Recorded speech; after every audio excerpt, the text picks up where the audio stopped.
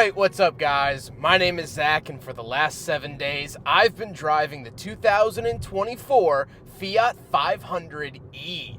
Up front is a single electric motor, as well as a single-speed automatic transmission. Now, I am super excited to be making this video because I've lived with this car over the last 7 days, and I have a lot of thoughts on it. There are a lot of great points to be made about the Fiat 500e, as well as some very big downsides. So, we'll get into the nitty-gritty here in a second. But if you would like to submit your own vehicle and have it reviewed here on the channel, you can head on over to my website, zackpradel.com/submit. It's a quick and easy submission form, and I come out to you. But let's get back to that all-electric drivetrain. Well, that's what brings us here to the Fiat 500e. It's completely electric. Now, first thing on everyone's mind is range.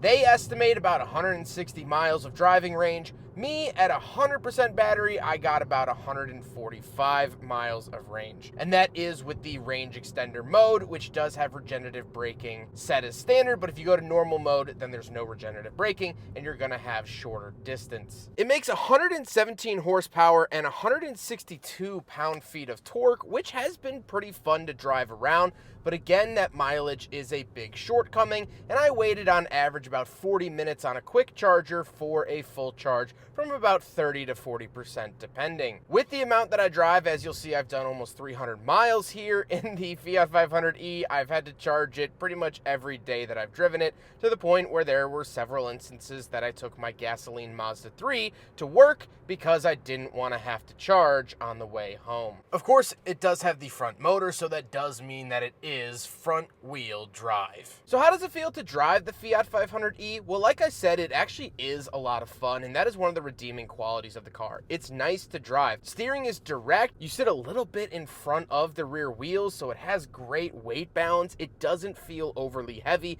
like a lot of EVs do, so chucking it into corners has actually been quite a blast. And as we'll talk about later, it really feels at home in city environments, but on the highway doesn't make a whole lot of sense, especially because you lose a lot of range in doing so. With that stuff out of the way, let's talk about the interior. Well, in front of me, I have a completely digital gauge cluster. You could cycle through a couple different options here, which is really nice. You get your battery percentage off to the left, bright and easy to see with the mileage, as well as your power and charge indicator off to the right. That will change depending on if you have regenerative braking on or off, and show you how much power you're using. I will say one of the more adorable things that the 500e does is that when you turn it off, it plays you a little song.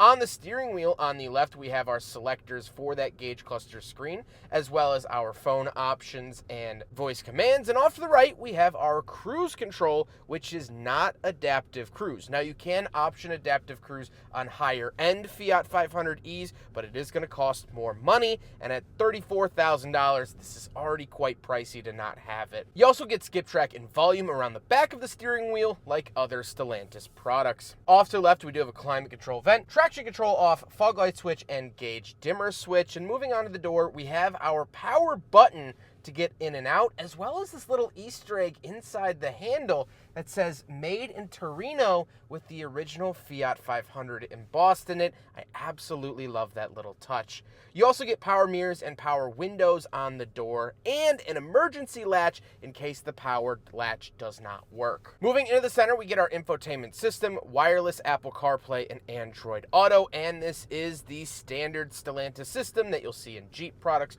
Chrysler products, Dodge, that sort. And I don't mind it. It actually works decently well. However, this does have the basic speaker system, and I'm not in love with that. I wish that I got a little bit better sound, especially at the price. Down below, we have our hazard switch and central locking. And then we have our climate options. I love that these are physical buttons and not ran through a screen. It's a big trend these days to have the climate controls ran through the screen, but in EVs, it's even more common, so it's nice to see the physical buttons in an EV product. And we do get a wireless charger down below that with a USB-A. And then we have our shifter. So this is how you shift the vehicle for park, reverse, neutral, and drive. There's no low gear, there's no 1-2, nothing like that. very simple to operate. Moving into the center console, we do have a fold-out cup holder down below, so we will do a big freaking bottle test, and it fails. However, if you're a fan of these shorts, you'll see that we tested not only a similar Fiat 500e, actually this exact Fiat 500e back in May. It was at a driving event, so it's good to see this car again.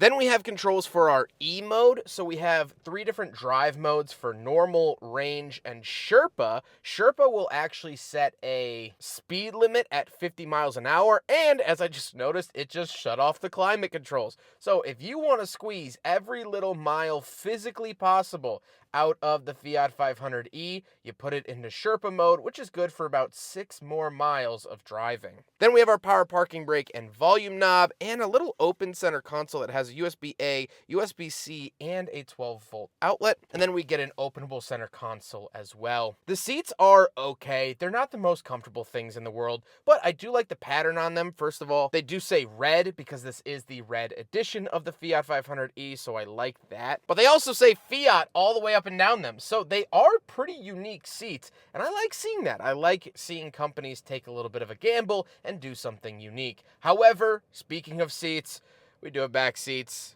Let's go do a back seat review. Oh, another downside? No power seats. For $34,000, manual seats. Oh my God. Oh my God. I'm actually... Oh, good Lord. No, these are terrible. These are so bad. I mean, to be expected out of a Fiat 500, but just the opening, I can't do it. I can't do it.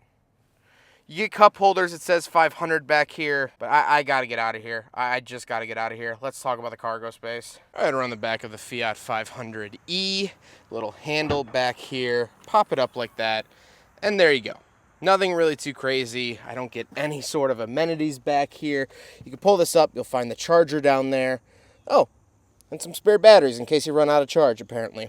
But other than that, this is probably the cutest little cargo cover you've ever seen.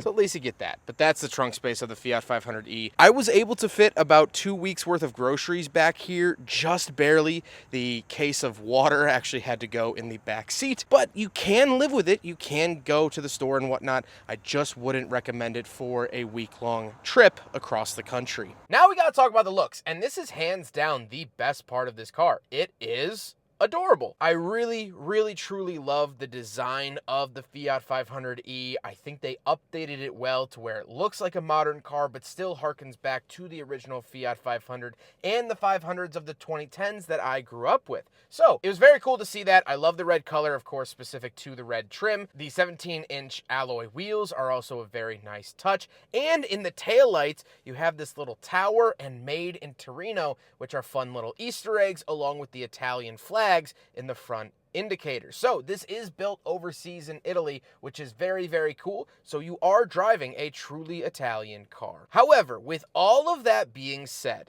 let's get on to my final thoughts. What do I think having driven the Fiat 500e for the last 7 days? Well, as many of you may know, I'm not a big Fiat fan. However, there are good and bad sides of this car. Let's talk about the bads because I think they do outweigh the goods. The range is just too unacceptable, at least in the application that I've been driving it in. In the city, if you have a charger at home, it makes a lot more sense. And I did drive it downtown Chicago actually twice. This car made a ton of sense down there. It was light, it was nimble, it was small. I could park it anywhere. I was able to fit in my friend's tiny Chicago garage without having to do an 18-point turn. I just turned into it and parked. And I risked my life with the rats taking these videos, so please be appreciative.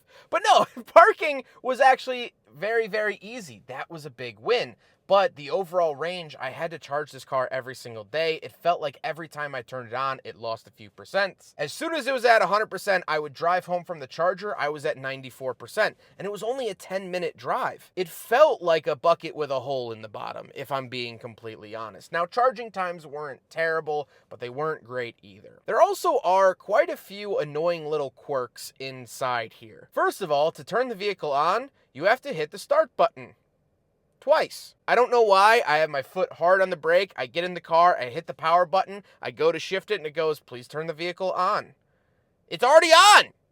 I hit the button. Why should I have to hit it twice? I really don't like the lack of adaptive cruise, especially at $34,000. And as I mentioned, this is the most affordable way you can get a Fiat 500e. The inspired by music and inspired by beauty are actually more expensive starting. Now, they do get adaptive cruise, but in my head, I'm thinking of like the Mazda CX-5 at this similar price point. You get a lot more car for $34,000 if you look elsewhere. And I think buyers are sort of over the fact of overpaying just because it's electric.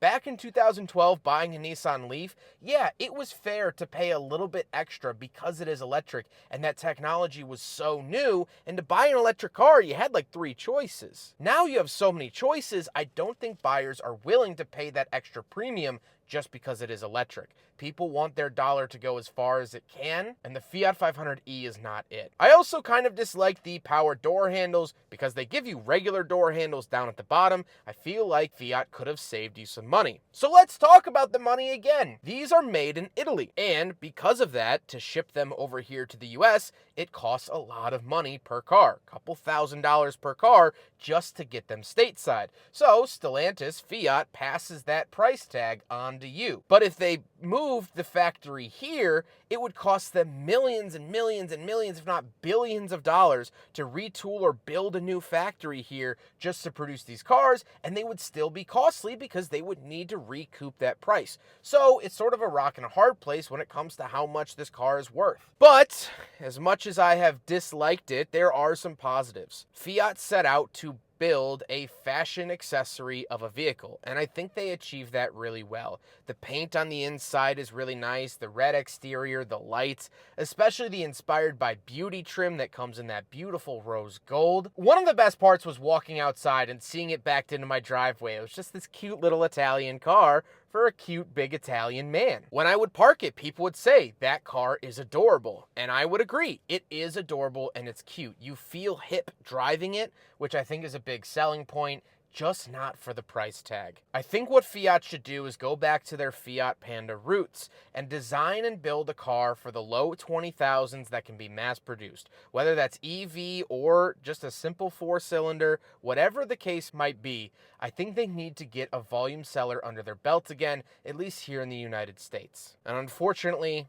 this car isn't that. I hope you guys enjoyed the video. Huge thank you to Fiat for loaning me this vehicle for the last 7 days, as well as G. Schmidt for cleaning and delivering this vehicle, as well as, of course, the Midwestern Automotive Media Association. But I hope you guys enjoyed the video. Don't forget to rate the video, comment on the video, and subscribe if you really liked it. Take care, guys.